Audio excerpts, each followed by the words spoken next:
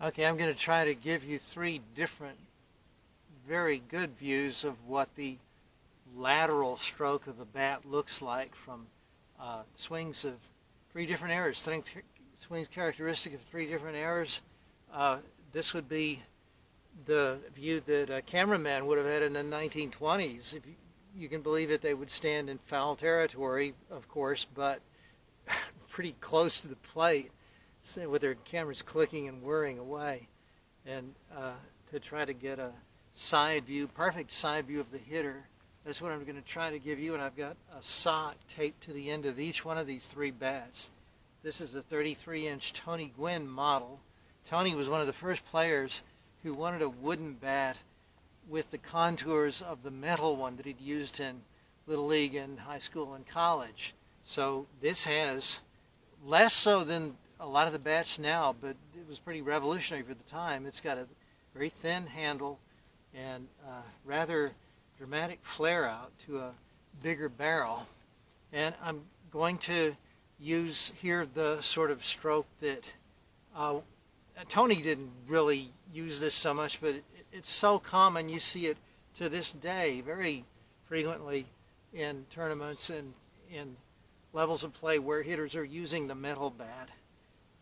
I'm going to cock my rear elbow and do the kick and get the foot down early and early release with the top hand and just try to lower the boom on the ball as it passes over the plate. Of course, there's no active pitching here, but I'm hoping that you can trace with this white sock on the end of the bat, that you can really trace the barrel path as it goes through the zone.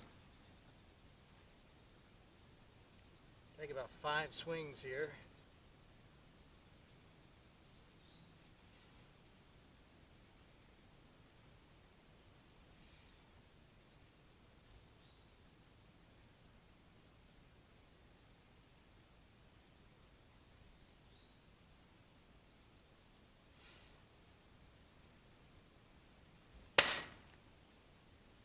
I hate that.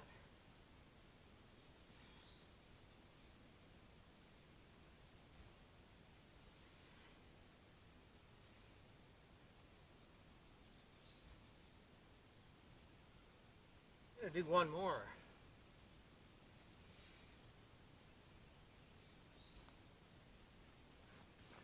Actually, the last one, I started coming forward too much. I can hardly help myself. That seems to me like such an awkward swing. And of course, one time I even hit my screen because the barrel is just flying all over the place once I release the top hand.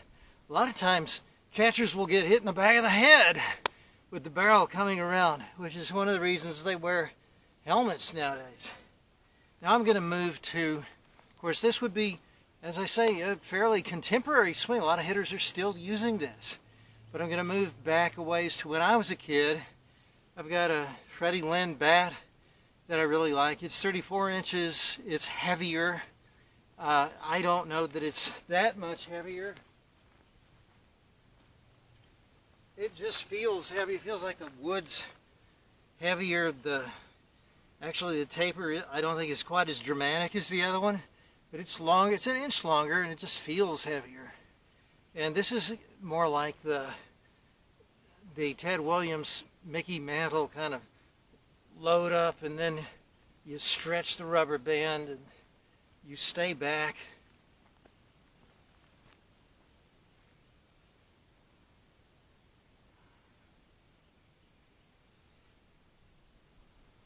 Try not to hit my screen.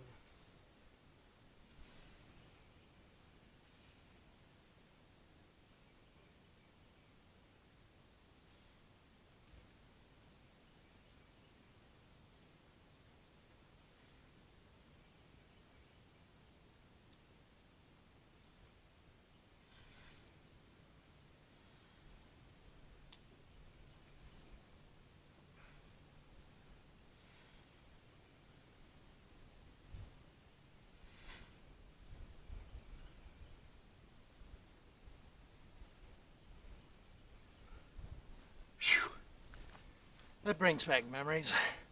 You know, both of those seem very high energy really lots of effort in them. Wears you out. Now, I don't have a 1920s bat. If I did, I don't think I'd be doing this with it, because I might risk hitting the screen again. But this is a Robin Ventura bat. It's 35 inches long. It's actually got contours that are pretty similar to Ty Cobb's bat. Very modest taper. Gonna do the Deadball swing now. Or what I think is a fairly characteristic one.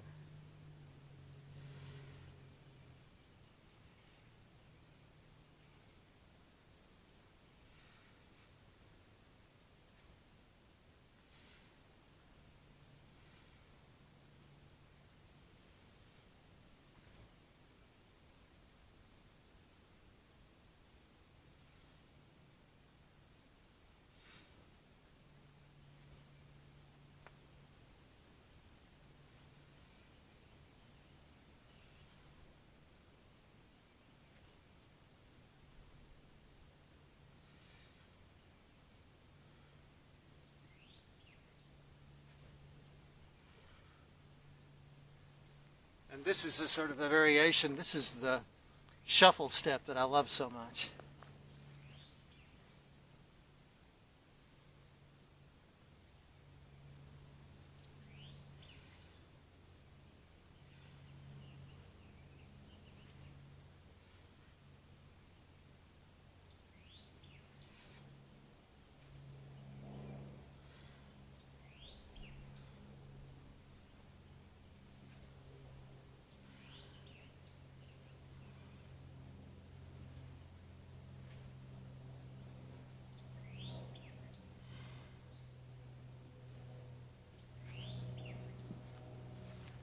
That was really, both of those were so much less labor intensive, much smoother. I can just see out of the corner of my eye this wide end. It's so much more level.